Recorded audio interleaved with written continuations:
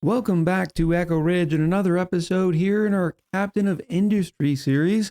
Today, we're going to get steel production online and see if we can't get access to some of the better vehicles. A little bit of catch up from the last episode. I still have a few of these warehouses that can't be emptied, and it makes sense why. Our existing warehouses are already chock full, and because they have belts going into them, before a truck can get the errand to go grab these vehicle parts, because it's been queued for destruction, and bring them all the way over here, the warehouse gets full again. I also moved the maintenance building over here. It just sort of made sense. We already had the line worth of electronics and the line worth of vehicle parts, so now we have our maintenance depot automatically filled up. So I suppose there's no time like now to get steel production online. I was really hoping to do it in this area, but I can't deconstruct this copper warehouse for now, so I think I'm going to end up flipping this one, which seems like an awfully big waste of time and materials, but that's how we do. Well, I suppose I'll at least look and see what everything's going to take first. We will put down an air separator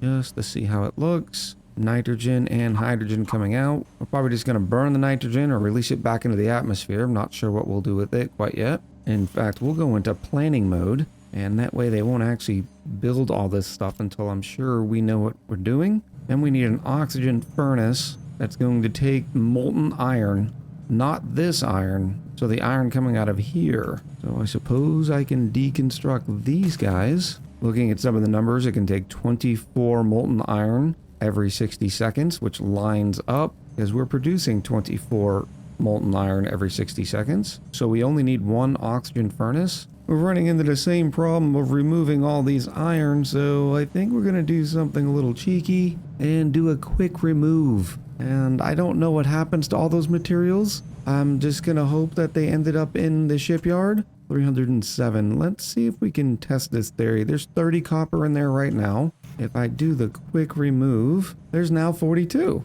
Okay, that makes sense. Quick remove just forces it to the shipyard.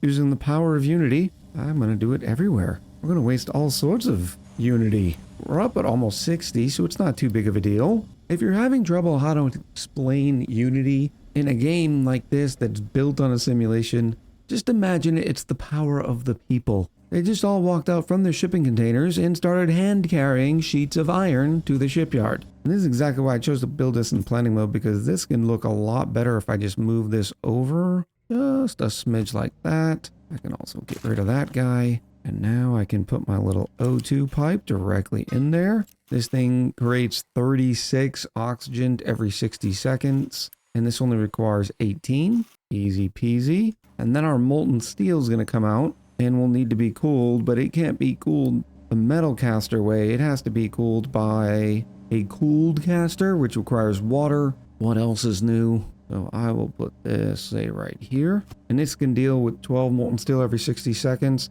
And that's what this one's producing. So we only need the one. There's our molten in there. And then, of course, I am going to put some nice storage here for our steel. What else do we need? Oh, we'll need some exhaust here. Here's a wonderful smokestack. Question is, what are we going to do with this nitrogen? Oh, look, the smokestack can deal with nitrogen as well. We'll just release that back into the atmosphere, and I think that's all ready, other than the water input. It's only 6 water every 60 seconds. I'm thinking 1 rain harvester, except I'm going to do it a little fancier this time and use a fluid storage. Yes, I know it's an eyesore, but I'm going to see how well this works. Sort of buffering the rain as it comes into the fluid storage, and then whenever we need it for molten steel, whammo blammo, it gets created. And there she is. So now I just got to take planning mode off, click the pause tool, and unpause all that. Here we go. For those of you looking at the food going up, something I did in between the last episode is I added another farm here. I'm using the same 3 stages: potatoes, then vegetables, and then green manure. And right now the food is going up. I was thinking about adding another one that is just lets the land sit, but I need to wait for the food supplies to get a lot higher than what they are now. One thing we did forget to do was the conveyor connection to the unit storage for the steel. I love this air separator building. It's like a giant industrial air handler. Do these exist in the real world? Let's check Google for that one. Yes, they do, and they are not inexpensive. I love it when video games teach me new things. Alright, so our molten iron is coming into the oxygen furnace. We are receiving the oxygen as planned, and it looks like it is about to produce our first bit of molten steel. Molten steel's coming out, going into the cooled caster. Ooh la la. Now we just gotta wait for the rain. Yes, here comes the rain. Beautiful. All being emptied into our fluid storage,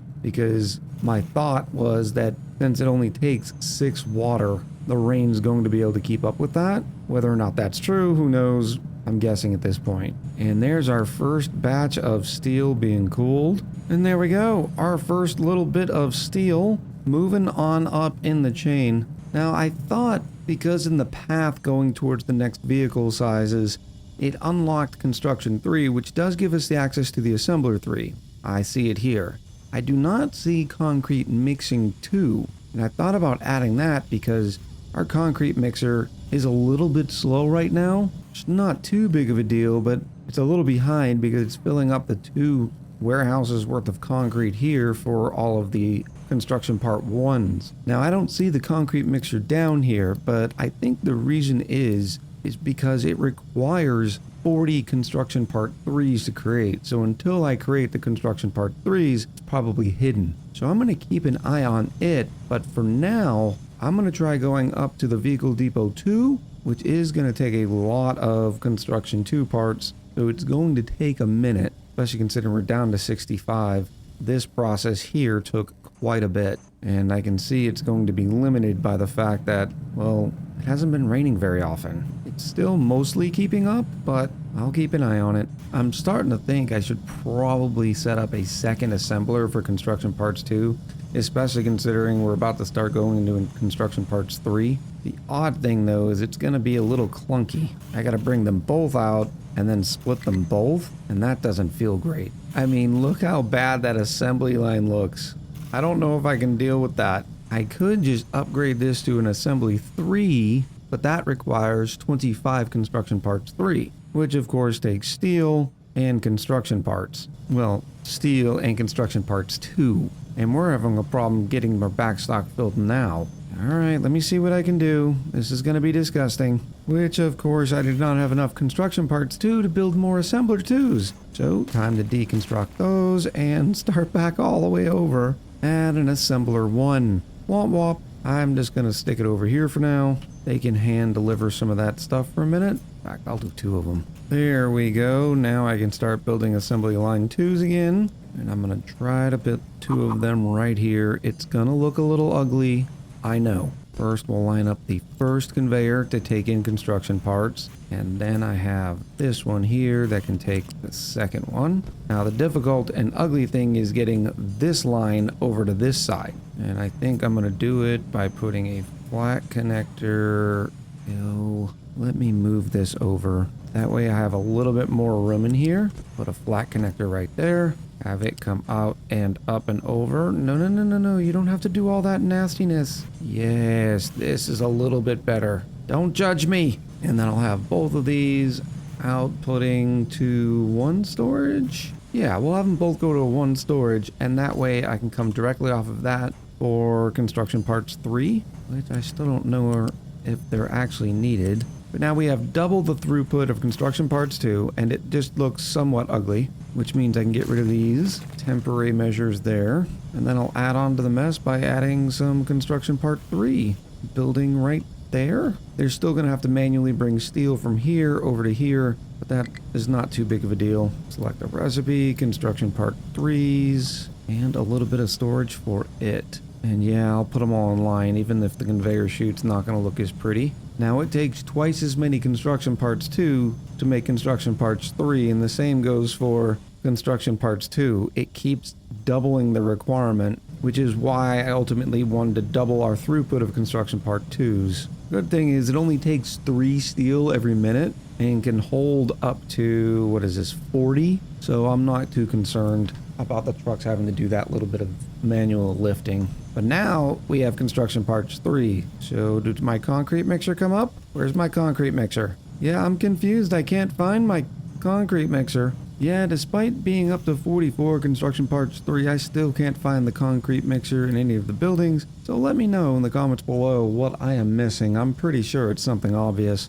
The good news though, at our new vehicle depot 2, we have access to all the upgraded vehicles, but I'm not 100% sure if this is a good thing. The truck with a max capacity of 60 has almost triple the requirements, triple the amount of diesel fuel, almost triple the amount of pollution it produces, and double the amount of maintenance. Additionally, they require vehicle parts too, which I haven't seen yet. But if I go to my recipes here in the assembly 2, you can see they're not listed there. But if you go to the recipes for the assembler 3, they're right here. They are going to require vehicle parts, steel, and glass, which presents a whole nother problem because I don't think I know how to make glass yet. But I suppose I will start by putting this down here. That way we'll have it ready, and then I will go search the research tree, try to find some glass making. Gas combustion? What is up with that? Settlement water, some more edicts.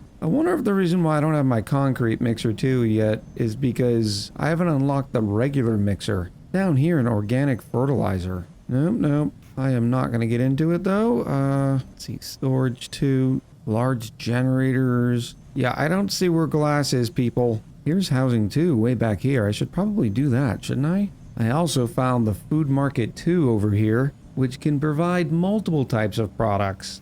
That would have avoided the problem we had last time. I'm going to go ahead and add that to the queue as well. But yeah, I don't see glass. I do see we're on the cusp of trains though. Here it is, way over here under glass making. Apparently it unlocks the mixer and the glass maker right after salt production, so I'm going to add that to the queue. Here's our first assembler 3. Looks even more fancy than the assembler 2. First input's going to be those vehicle parts. Since housing 2 is finished, I was clicking on the food market, and now that we have both vegetables and potatoes, you can see the potatoes are under the carbs and the vegetables are under the vitamins, and it shows you what amount of unity they are giving and the health bonus. Something interesting that I had missed in the last episode, so I figured I'd cover it here before we upgraded the food market. And I don't see why we don't start experimenting like this. I'm going to try to upgrade this one house here. It's a little expensive at 100 construction parts too and 40 electronics, which we are not producing enough of here. You can see there's only 4 in the back stock. While it's keeping up with the demand here, it's not enough. So I think it's time to double up on this, and we're going to have the same problem crossing the streams. And it only looks a little bit ugly, but it works. So now we've doubled the amount of output of electronics, which is important. I'm just going to go ahead and assume that glass making is going to require sand. It's still researching, but I guess there's no time like the present to get this going. And while I have access to the ore sorting plant large, it requires 200 steel and 450 construction parts too. So I am not about that life quite yet. I'm going to do a normal ore sorting plant. This is a little further away from everybody else, so I'm going to add another diesel fuel. That way everybody over here doesn't have to drive halfway across the map to fuel up. I did get the answer from the comments though. The big benefit of the fuel station is that this truck will drive around to all the excavators just as we thought. But what I had not considered is instead of the slow excavator coming from a mining site, let's say over here, driving all the way to this diesel fluid storage and then all the way back, that excavator will be able to just keep working. I am going to need another small excavator and a couple pickup trucks. We still don't have the capacity to be able to build the regular trucks. And while we went on those, look at our level 2 houses. Don't they look nice? Regular house only holds 80 people, but the upgraded housing holds 140, so that's pretty good. I'm not quite sure what its negative is though, other than the fact that it took more components to build, and I suppose more population requires more food and everything else. I'm not going to upgrade the rest yet until I figure out exactly what the impact is. One thing I have definitely noticed in this game is you can quickly shoot yourself in the foot if you try to expand and upgrade too quickly. And there's our first little bit of sand coming up now. There is quite a bit of it here, but we're still falling behind on construction parts 1, so it's taking a little bit of time to build the ore sorting plant and the fluid storage. Going back to look at that hot mess, it is because of concrete, hence the reason I'd love to get my hands on the concrete mixer too, but it doesn't exist for me. I'll bet you it's going to be under general because I've seen everything there is supposed to be here, yet there's still a little unread symbol there. And concrete is going slow. I suppose it's just because the kiln can't keep up. So what I'm going to do is just add another kiln. We'll say right there. I will hook it into the pipes just like that. It's going to be somewhat ugly here, but cleaner than some of that other spaghetti. And there we go. And of course, this was not built with 2 kilns in mind, so I'm going to move it over just a little bit. Deconstruct that one. I'm also going to go to our wonderful village here and ask for a quick trade of some wood for some concrete. Yes, we bought all their concrete, which was great because it just uses wood for us, and I still have lots and lots of trees, so I'm not too worried about that. In the meantime, it looks like we can do an upgrade to these food markets for food market 2s. There are only 28 construction parts 2 and 12 electronics. What's the difference, you may ask? I have no idea, other than the fact that they hold more than one type of food at a time. So probably more of it as well. A food market 1 can hold up to 400 of one type of food, and it looks like food market 2s can hold 2 items up to 400 each. So that works out well. And they look so much nicer. Oh, they even have little stalls up front. Does your work have a cute little market like this? The other issue, of course, is that we're burning all of our construction parts 2 to become construction part 3. But that warehouse is almost full and we're not spending those, so then construction parts 2 will end up backing up, and thus construction part 1 will start backing up. And this is what I was talking about a little bit earlier about always having a nice buffer. Sometimes it's going to take a little while to get your stores buffered up, but once they are, everything should operate a lot smoother. Which brings us to another one of the upgrades we just unlocked, and that's unit storage 2. In fact, all of our storages now have that second level upgrade, and it's pretty reasonable at only 15 construction parts 2 and 15 electronics. So I'm going to do that, especially for something like our construction parts 1. Since they are the base material for the follow-on parts, it seems smart. Oh, look how big and beautiful it is. And they can hold up to 400 of a part compared to the 200 of a standard warehouse. After a short while, our second kiln has now finally completed. Sand production is online, and I have put in a loose storage bin for the sand. And we're finishing up the last bit of research on glass making. And if we take a look at the recipes it unlocks, you can see we have a glass maker that takes molten glass and turns it into 12 glass and 12 broken glass. Then we have a blast furnace that takes the glass mix and some coal, turns it into the molten glass and some slag.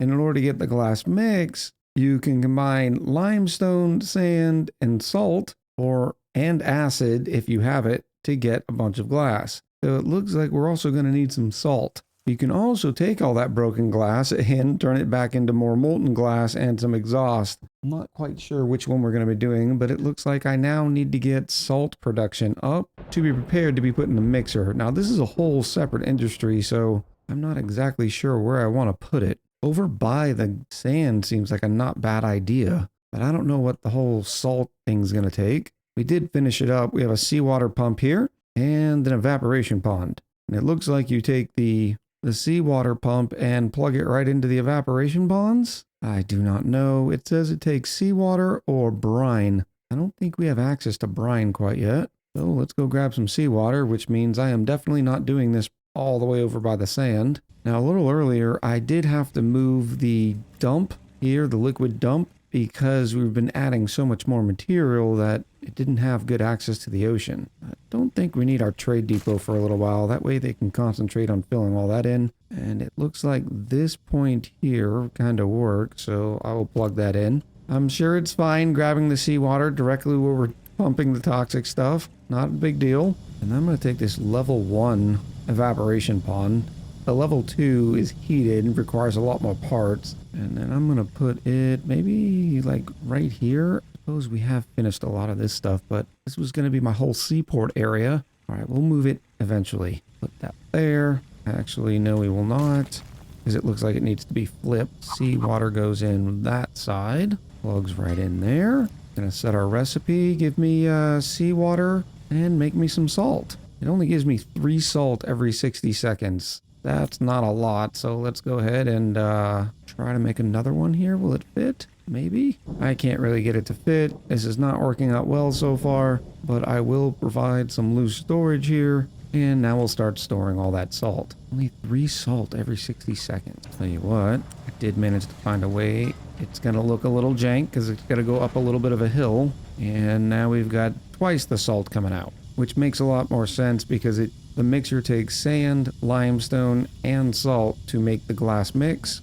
Here's limestone right here. So why don't we put this maybe right here? I can input some salt. Look at that, beautiful. And now I just need to get my limestone over there. Oh, this is pretty ugly. Yes, that is definitely ugly. And we're gonna have to add some ramps. We'll add a little small ramp right here. This looks good because we've blocked off way too much of that area. And now when they drop off sand, we'll have glass mix, which I will once again load into a storage. And now I need a blast furnace.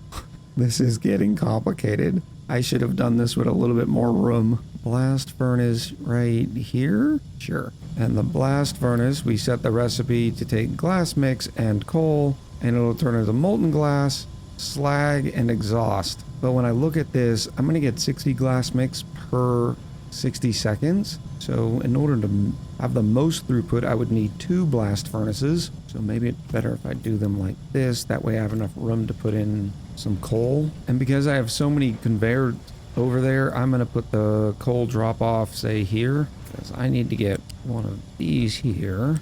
And then it has to go something like this. Oh, that's ugly. I then need the coal to come up out of there and go around. Okay, that's not too shabby. It gets the point across. Make sure we select coal. And let's go one hundo. Recipes on the blast makers. Sure thing. And now I need to deal with 48 molten glass and a bunch of slag. Oh, and some exhaust. All this for glass. I know I've seen people just wait for lightning to strike on the beach. 24. So this is actually going to take 2 glass makers, which seems a little excessive. And each one of these takes 50 construction parts 3. I actually need to move this a little bit because it's too close to allow trucks to be able to go through. Maybe we just use 1? I mean, it seems like plenty.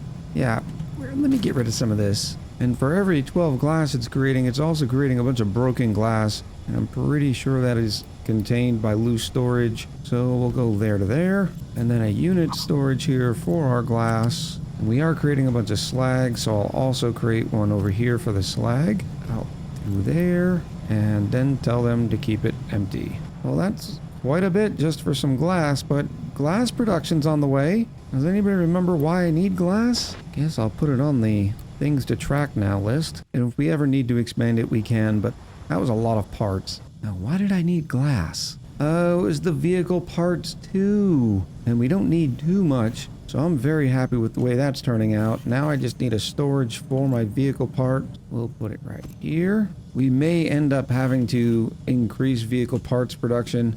Right now we only have 1 assembler doing it. It is keeping it full, but remember, it takes twice as many vehicle parts to make vehicle parts too. But now that we have that, I can start upgrading trucks. Is there a way for me just to start upgrading all of them? Apparently that one pickup drove to the vehicle depot to be upgraded. And boy, does it take some time. A lot of diesel, a lot of rubber, and 30 vehicle parts too. Maybe I should start tracking those as well. It's going to take forever just to replace all the vehicles. I need an upgrade all button. I know it's in here somewhere. Oh, and here it comes. Look how shiny and new. Oh, we're following you around for a little while. I'm sure I'll find it again because right now I also need to add that glass mix to what we're dumping. Oh, you can. It doesn't look like you can dump that glass mix. So I need to have an alternative recipe here. Where was it? And maybe in the mixer? Here it is in the blast furnace. Broken glass plus 6 coal will give us molten glass, no slag, and some exhaust. But I need to make sure that has the priority. It'd be great if I could just throw the broken glass right on this conveyor line, but I don't know if you can mix components, and I don't think I would want to do that. But I do have a nice loose storage bin here. We'll see how that works. But we do have the broken glass on priority, so it takes even less sand than we thought. I suppose alternatively, you could just make another blast furnace that only deals with broken glass and pipe it in. But I don't think this is a big deal the way we're doing it. Here's the vehicle upgrader. So now I just take pickups and upgrade them into trucks. And I'll select, say, 5 to start off with because it's kind of expensive. And then there they go. One at a time to go get replaced. Well, I hope you've enjoyed this convoluted episode of how we managed to get up creating steel and glass and a mixture of other things just to be able to upgrade our awesome little trucks. I'll probably be doing some of the upgrades in the background, and then I'll start on the excavators as well. Not sure what we're going to be doing next episode yet because once again it just takes plunking around in the research tree to figure out what we should do. So until next time, much love, happy gaming, and I'll talk to you soon.